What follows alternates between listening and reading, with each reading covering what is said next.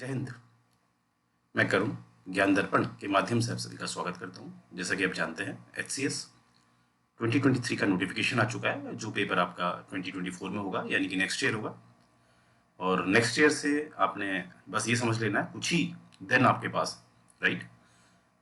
तो देखिए, आज जो ये वीडियो बनाने का जो कारण है वो ये है कि आप सभी जानते हैं, ऑप्शनल की अगर हम बात करते हैं तो काफ़ी एस्पिरेंट्स जो होते हैं वो इससे घबराते हैं।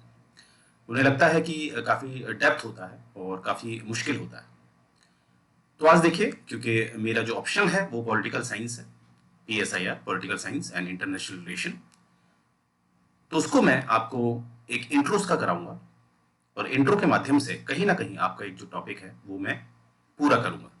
और ये भी बताने का प्रयास करूंगा, ऑलरेडी मेरा इसी चैनल पे आप देखेंगे प्रीवियस वीडियो, मैंने एक बात कही थी कि आपका ऑप्शनल वो होना चाहिए जो आपके सिलेबस में आपकी मदद करे।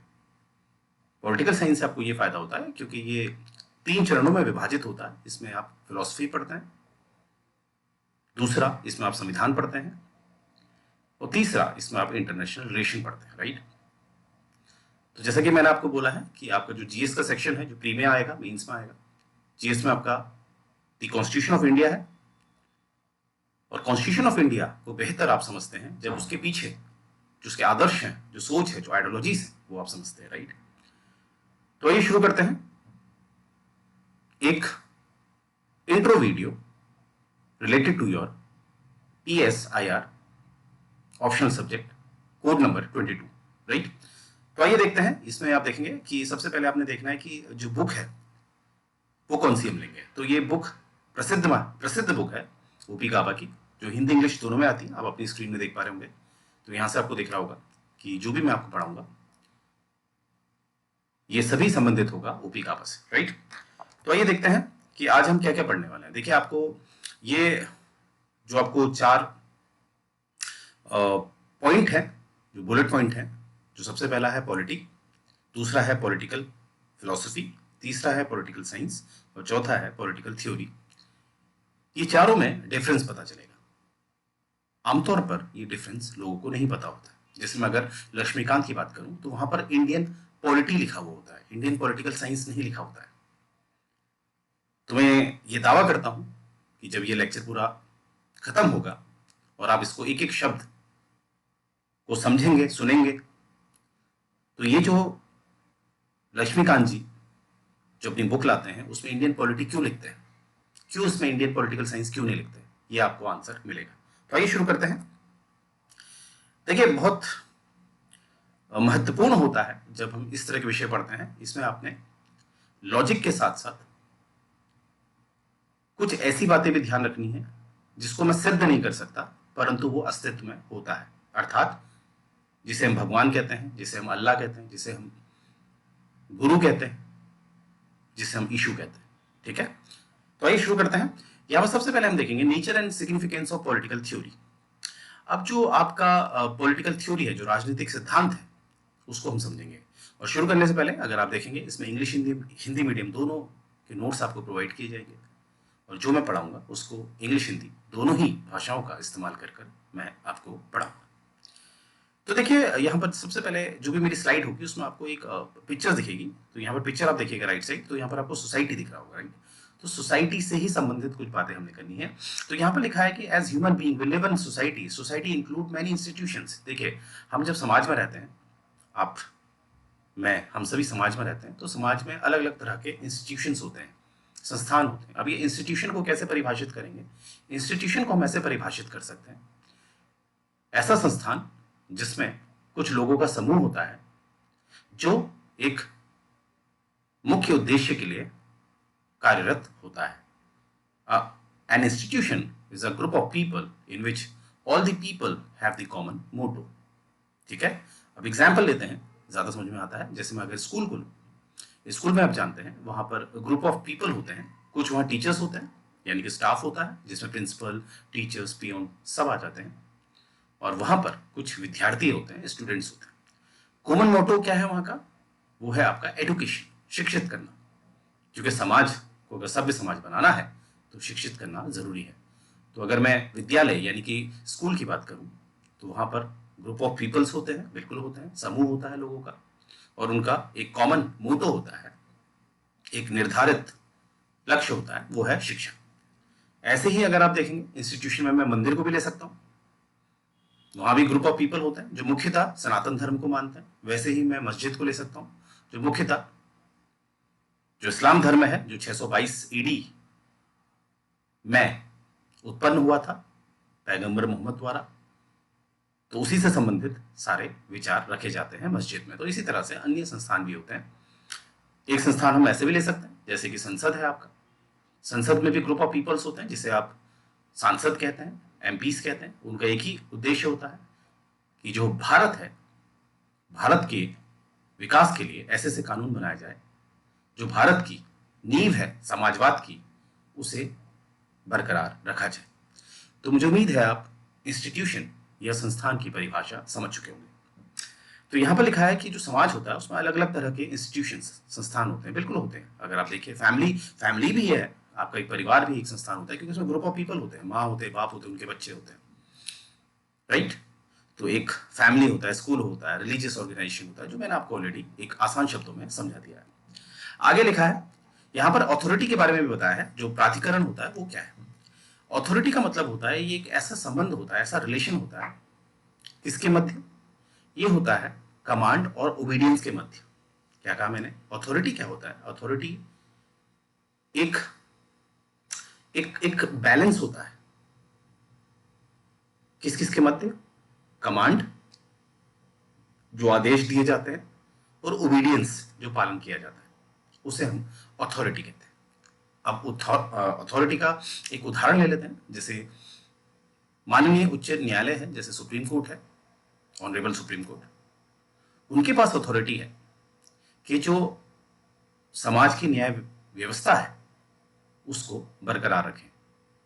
इसीलिए जो माननीय उच्च न्यायालय है, ऑनरेबल सुप्रीम कोर्ट है, वो समय समय पर अपनी अथॉरिटी का इस्तेमाल कर कर लोकतंत्र को जीवित रखता है, आदेश जारी करता है, और उन आदेश का पालन करना जो समाज के अन्य वर्ग हैं उनके लिए बाध्यता होता है।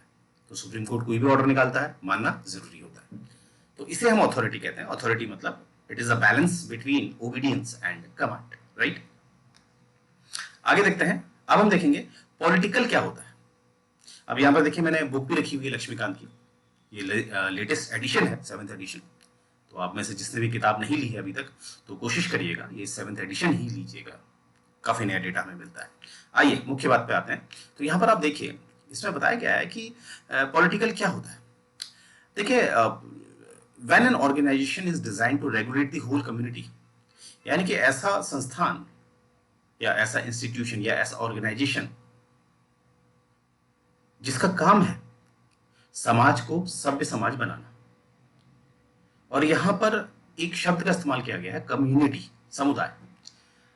अब जब हम एनवायरमेंटल साइंस पढ़ते हैं तो हमने एक शॉर्टकट सीखा है, जिसने नहीं सीखा मैं आपको बता देता हूं।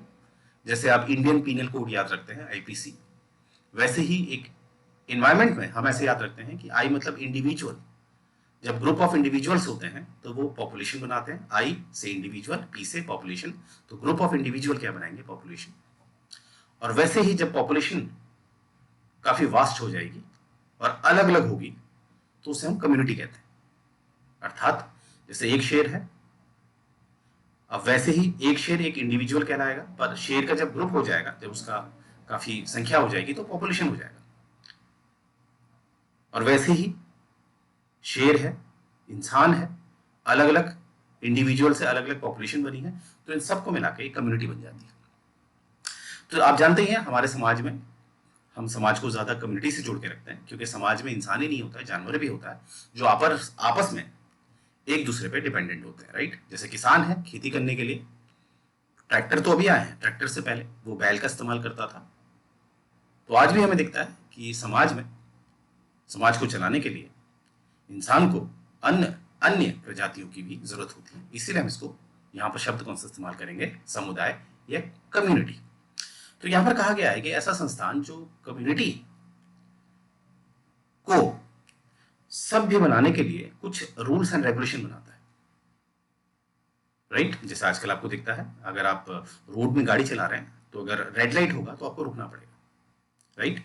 तो इस तरह के जो नियम बनाए जाते हैं जिससे कि एक समाज जो है सभ्य समाज बने, और ये जो जिम्मेदारी जो लेता है ये रूल्स एंड रेगुलेशन की, वो संस्थान किसका रूप लेता है? पॉलिटिकल का। ये बात आपने याद रखनी है, किसका रूप लेता है? पॉलिटिकल। अभी मैंने पॉलिटी नहीं बोला है, पॉलिटिकल साइंस नहीं बोला है, मैंने बोला है पॉलिटिकल का रूप लेता है, ठीक है। ये बात इसमें बता रखी। अब आगे इसमें बता रखा है the term political refers to something related to a polity that is public. अब क्या है, ध्यान से सुनिएगा, जो पॉलिटिकल है वो आगे चलकर पॉलिटी का रूप ले लेता है। आई रिपीट, पॉलिटिकल जो मैंने अभी आपको बताया, एक ऐसा संस्थान जो समाज को सभ्य समाज करने के लिए रूल एंड रेगुलेशन बनाएगा, यही पॉलिटिकल शब्द आगे चलकर किसका रूप लेगा? पॉलिटी का। अब हमें वो समझना है कि ये जो रूप ले रहा है पॉलिटी का, वो क्या है, राइट। उससे पहले हम देखेंगे एक प्रसिद्ध राइटर है जिनका नाम है शेल्डन एस वॉलिन, जिन्होंने किताब लिखी है पॉलिटिक्स एंड विजन, 1960 में ये किताब लिखी है। अब देखिए, किताब जो होता है आपके जो ऑप्शनल आप लेते हैं उसमें आपको किताब का नाम अगर आप याद रख सकते हैं तो अच्छी बात है, नहीं रखेंगे तो आपसे कोई पूछने वाला नहीं है कि ये किताब के बारे में बताइए। हाँ, अगर आप नेट की तैयारी कर रहे हैं तब ये कुछ किताबें आपको पूछी जाती हैं कि किसने लिखी है, क्या लिखी है। तो फिलहाल इसमें देखिए, जो मैं आपको बात बताने वाला हूँ कि ये पॉलिटिकल कैसे पॉलिटी बना, ये सबसे खूबसूरत तरीके से बताया था शेल्डन एस वॉलिन ने 1960 में।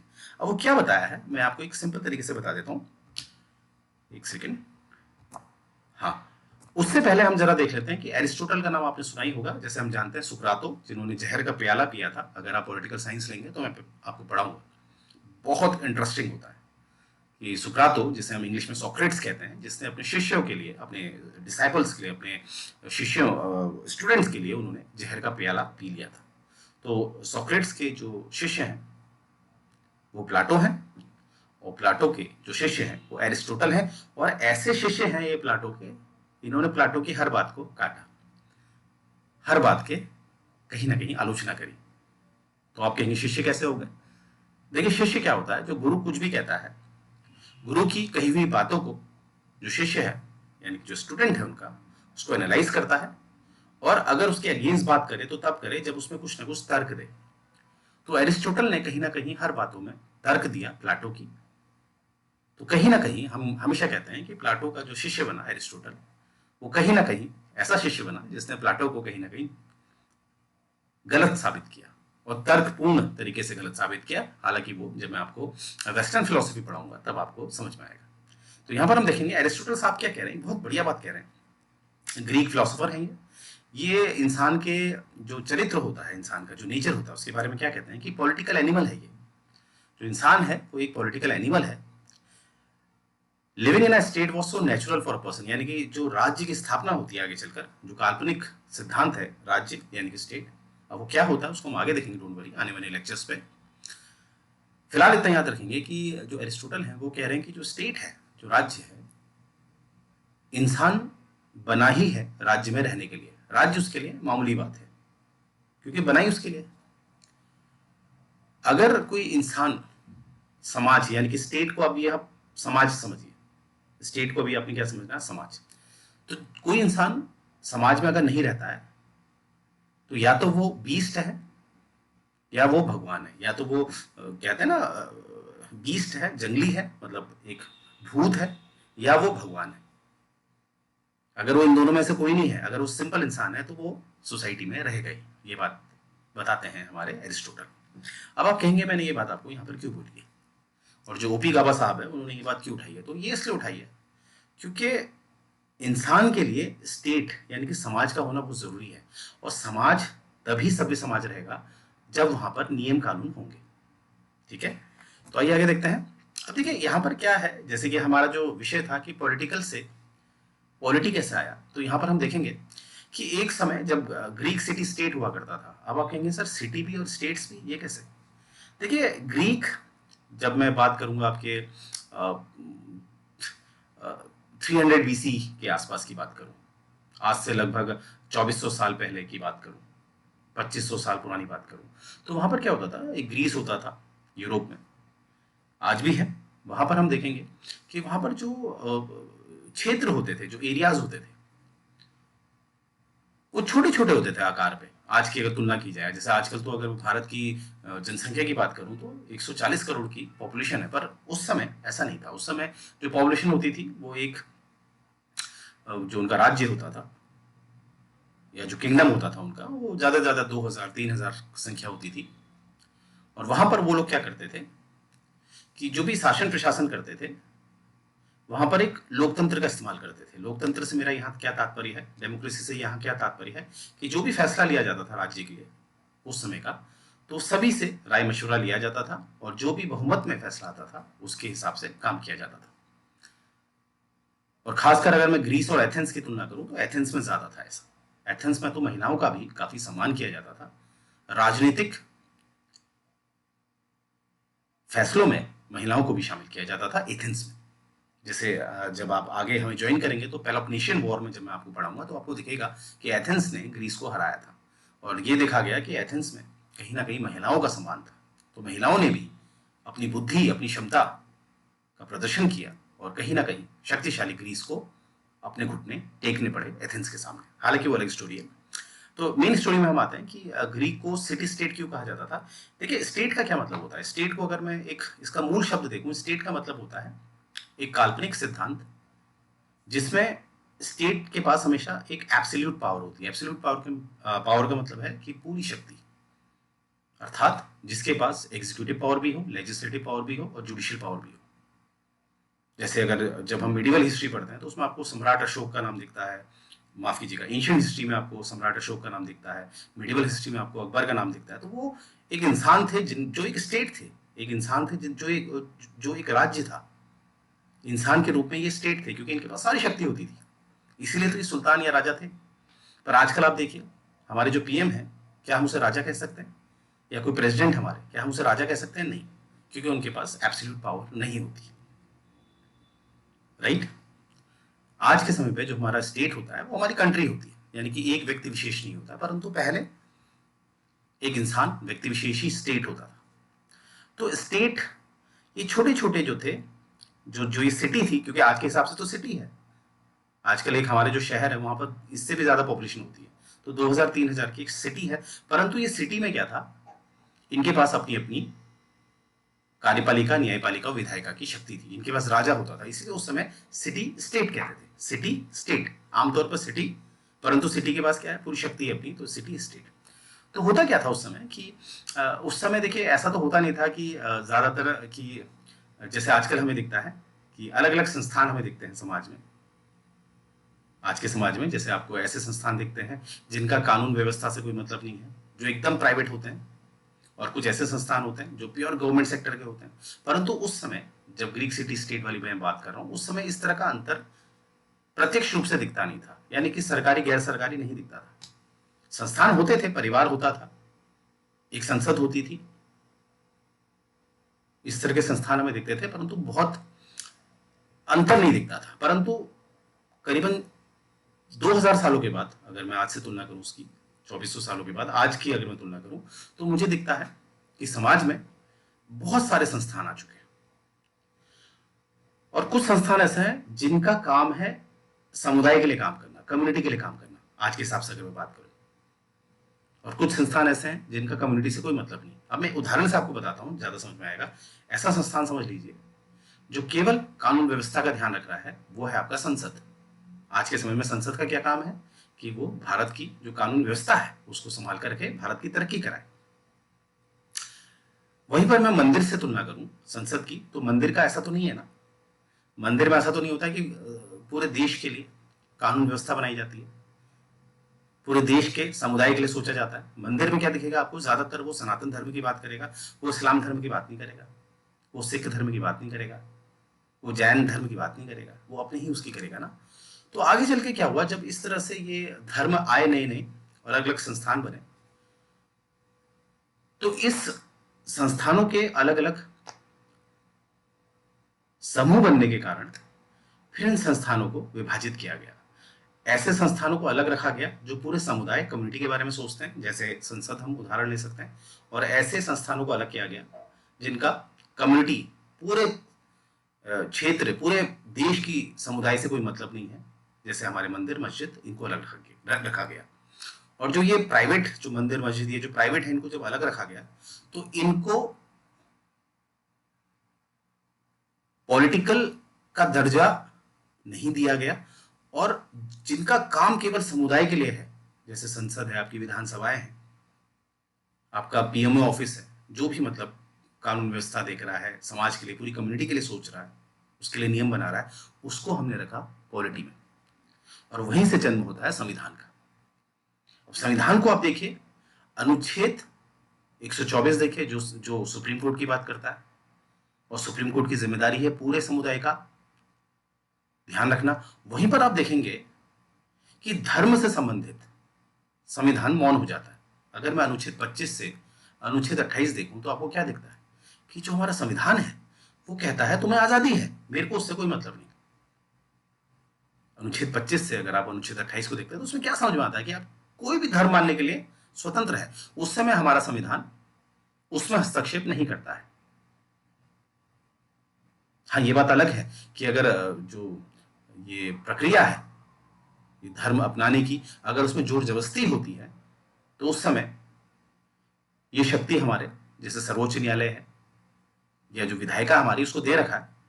पर अगर आप आमतौर पर देखेंगे, ध्यान से समझेंगे, तो आप देखेंगे कि कुछ मामलों में हमारा संविधान मौन है, अर्थात धर्म के मामले में मौन है। जहां उसने आजादी दे दी तो आजादी का मतलब क्या, आपके ऊपर नैतिकता है कि आप नैतिकता के आधार पर धर्म अपनाइए, कोई संविधान बीच में नहीं आएगा।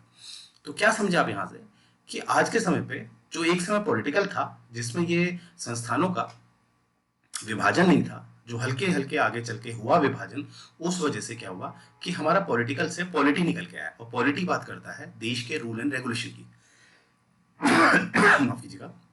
इसीलिए हम पॉलिटी में पढ़ते हैं संविधान के बारे में, और इसीलिए जब आप लक्ष्मीकांत की इंडियन पॉलिटी पढ़ते हैं उसमें क्या लिखा है पॉलिटी, वहां पर हम संविधान के बारे में पढ़ते हैं, या ऐसे संस्थानों के बारे में पढ़ते हैं जो पूरे समुदाय के बारे में सोचते हैं। तो मुझे उम्मीद है ये बात आपको समझ में आई होगी, राइट। तो यही बात इसमें यहाँ पर बता रखी है, जो मैंने आसान शब्दों में आपको बताने का प्रयास किया। तो देखिए, यहां से आपको समझ में आएगा, ये सब बातें मैं बता चुका हूं आपको, ये आर्टिकल 25 वाली बात भी बता चुका हूं, आप जानते हैं, जो हमें किसी भी धर्म को मानने की आजादी देता है। अब आप समझ पाए होंगे किस तरह से हम पढ़ते हैं तो हमारी सोच कहां तक बढ़ती है। तभी ऑप्शनल का फायदा होता है, ऑप्शनल से बहुत फायदा होता है। देखिए, एक कहावत है कि आपका सिलेक्शन हो ना हो इसकी तो कोई गारंटी नहीं होती है, पर आप एक अच्छे इंसान बन जाते हैं, आपकी सोच बहुत ऊपर हो जाती है। ये एक ऑप्शनल जो है आपको गारंटी देता है, और खासकर ऐसे ऑप्शन जो थोड़े फिलोसफिकल होते हैं। अब आइए नेक्स्ट हम देखते हैं कि पॉलिटिकल थ्योरी, पॉलिटिकल साइंस और पॉलिटिकल फिलोसफी में क्या फर्क है। अब ये हम जरा समझते हैं। तो पॉलिटिकल थ्योरी, देखो थ्योरी क्या होता है, थ्योरी मतलब होता है एक सिस्टमैटिक नॉलेज। जैसे 1 2 3 4 ये एक सिस्टमैटिक है, 1 के बाद 5 आ जाए, 5 के बाद 3 आ जाए, 3 के बाद कुछ भी संख्या आ जाए, ये एक सिस्टमैटिक नहीं है। तो थ्योरी में क्या होता है, एक सिस्टमैटिक नॉलेज होती है।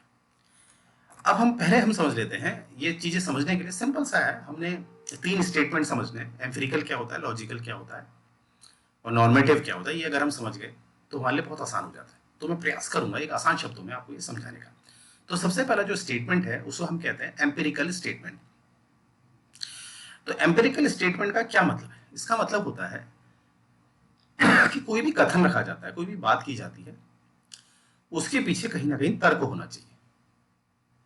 अब जैसे आप पिक्चर में देख पा रहे होंगे, पिक्चर में आपको दिखता है कि गेंद होती है, यानी कि जो बॉल है, अगर मैं उसको ऊपर फेंकूं तो नीचे आएगी। अब क्यों आती है, क्योंकि गुरुत्वाकर्षण, ग्रेविटी की वजह से नीचे आती है। और ये प्रूव्ड है, आप दुनिया के किसी भी कोने में चले जाइए, उत्तरी गोलार्ध में अगर आप भारत में है तो भारत में अगर आप बॉल उछालेंगे तो नीचे आएगी। वहीं आप दक्षिणी गोलार्ध यानी कि ऑस्ट्रेलिया चले जाइए, वहां भी आप उछालेंगे तो नीचे आएगी। कारण क्या है, ग्रेविटी इसका कारण, और ये प्रूव भी है, और इसको हम महसूस भी कर सकते हैं। तो असल में क्या होता है, एम्पिरिकल स्टेटमेंट का मतलब होता है, यहां पर आता है आपका नेचुरल साइंस। अब नेचुरल साइंस का क्या मतलब है, जिसको आप आमतौर पे विज्ञान कहते हैं, जैसे फिजिक्स है, केमिस्ट्री है, इस तरह के जो विषय होते हैं आपके, जिसमें प्रूविंग होती है, साक्ष्य होते हैं, एविडेंसेस होते हैं, वो आते हैं आपके एम्पिरिकल स्टेटमेंट में, राइट। अब दूसरा है आपका, ये पहला स्टेटमेंट एम्पिरिकल आप समझ गए होंगे, यानी कि जिसमें नेचुरल साइंसेस होती है।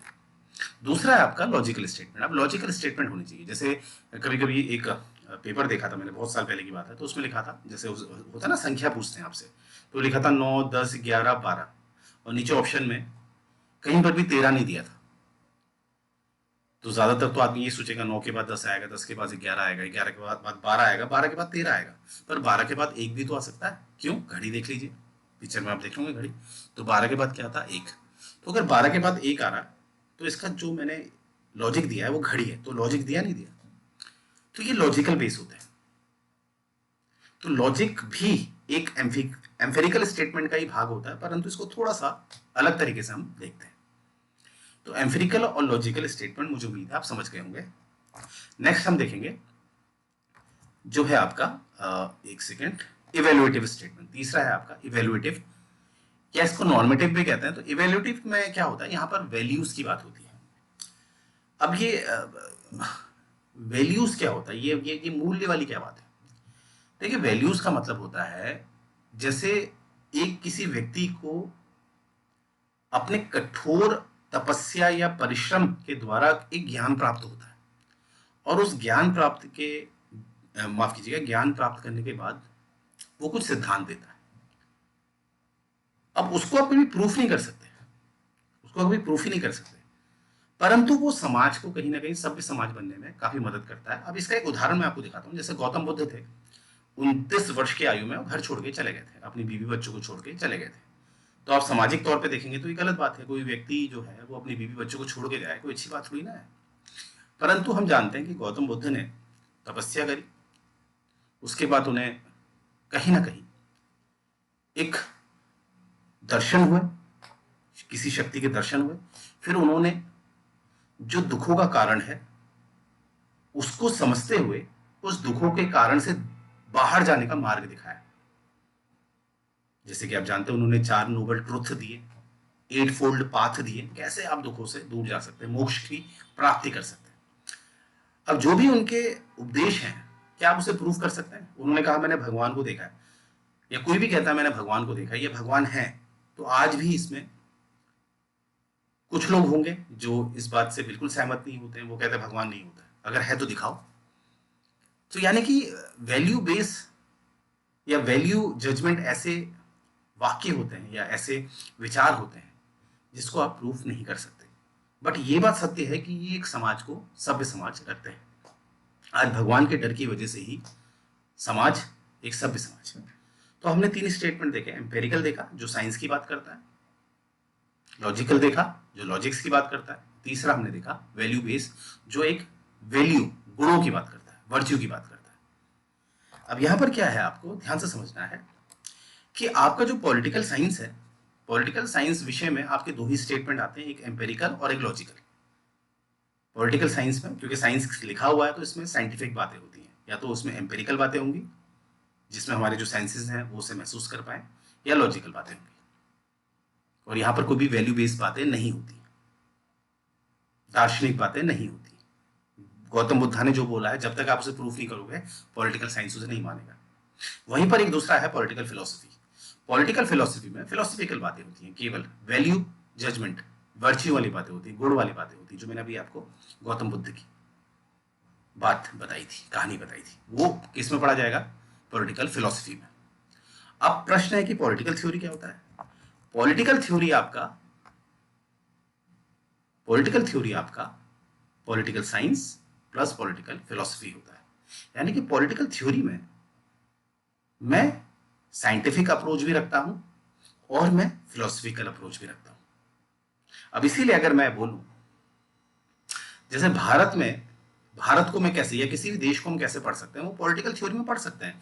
जैसे आपका कार्ल मार्क्स ने कोई सिद्धांत दिया है, पहले मैं कार्ल मार्क्स से पहले ले लेता हूं आपका एडम स्मिथ का। एडम स्मिथ ने, आप जानते हैं, मार्केट इकोनॉमी का सिद्धांत दिया था। मार्केट इकोनॉमी मतलब उन्होंने कहा था कि जो मार्केट होती है, जो बाजार होती है, वो अपने आप मूल्य को तय कर लेती है।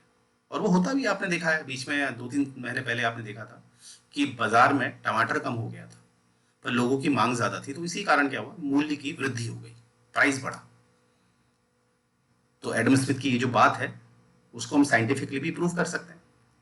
वैसे ही आप देखेंगे कि आगे चलकर हमें दिखता है कि जो एडम स्मिथ ने जो मार्केट इकोनॉमी का सिद्धांत दिया था, जो आगे चल के पूंजीवाद में बदला, कैपिटलिज्म में बदला, परंतु जिन जिन देशों ने कैपिटलिज्म को अपनाया था, जैसे यूएसए नंबर 1 है, तो वहां पर भी आप देखते हैं कि ग्रेट डिप्रेशन आ गया था 1929 के दौरान। तो यानी कि इतना बड़े सिद्धांत भी आगे चल के फेल हो गए। और एडम स्मिथ ने जो कैपिटलिज्म का सिद्धांत दिया था उसके द्वारा शोषण हुआ। तो कार्ल मार्क्स ने जो सिद्धांत दिया था समाजवाद का, साम्यवाद का, सोशलिज्म का, कम्युनिज्म का, लोगों ने उसे अपनाया। पर आप सोशलिज्म, कम्युनिज्म, कैपिटलिज्म जो होते हैं इनको प्रूफ नहीं कर सकते। इसमें कुछ आपका साइंटिफिक होता है पर पूरी तरह से नहीं होता है, क्योंकि इसमें फिलोसफिकल बातें भी होती है। तो मुझे उम्मीद है अब आप समझ पाए होंगे, इसीलिए हम इनको पॉलिटिकल थ्योरीज कहते हैं, जो हम आगे पढ़ने वाले हैं। तो देखिए, मुझे उम्मीद है, अब एक बार देख लेते हैं टोटल हमने क्या क्या पढ़ा है। तो मुझे उम्मीद है आप समझ पाए होंगे कि किस तरह से जो ये विषय होते हैं इनके लिए आपको एक अनुभवी शिक्षक चाहिए होता है, और बहुत मजा आता है पढ़ने में, आप देख पा रहे होंगे। और ये आपके लिए बहुत फायदेमंद भी होते हैं ये सब्जेक्ट, क्योंकि ज्यादातर लोग ऑप्शनल को लाइटली लेते हैं। वो सोचते हैं पहले प्री निकल जाए फिर हम ऑप्शनल की तैयारी करेंगे, जो सबसे बड़ी गलती करते हैं, क्योंकि ऑप्शनल में थोड़ा समय लगता है, राइट। तो आइए एक बार देख लेते हैं जो जो आज हमने पढ़ा। पॉलिटी, अब पॉलिटी आप समझ गए होंगे। पॉलिटिकल से क्या था? पॉलिटिकल पहले के समाज में होता था जहां पर वो संस्थानों का विभाजन नहीं होता था, पर आगे चल के संस्थानों का विभाजन हुआ। तो पॉलिटी में वही संस्थान आते हैं जो पूरी कम्युनिटी के लिए काम करते हैं। मंदिर पॉलिटी में आएगा? नहीं आएगा। संसद पॉलिटी में आएगा? बिल्कुल आएगा। इसीलिए लक्ष्मीकांत इंडियन पॉलिटी लिखते हैं, जहां पर आप संविधान की बात करते हो। संविधान होता क्या है? It's all about the rule and regulation. Political philosophy की मैंने बात बता दी, जिसमें हम वर्च्यू की बात करते हैं, गुणों की बात करते हैं, वैल्यू की बात करते हैं। पॉलिटिकल साइंस, जिसमें हम एम्फेरिकल की बात करते हैं, लॉजिकल की बात करते हैं। और पॉलिटिकल थ्योरी, जिसमें हम political philosophy plus political science की बात करते हैं। तो मुझे उम्मीद है ये लेक्चर आपको पसंद आया होगा, और मेरा प्रयास था कि ये जो जटिल विषय है उसको एक आसान तरीके से मैं आपको समझाऊं। और अगर आपको ये पसंद आया है तो कमेंट करिए, और दिए गए नंबर पर कॉल करें, और अपनी देर ना करें। बिल्कुल जहां आप सोचते रहते हैं आपका कॉम्पिटिटर तैयारी कर रहा होता है। तो मैं करूं ज्ञान दर्पण की तरफ से ये सेशन एंड करने जा रहा हूं। जय हिंद।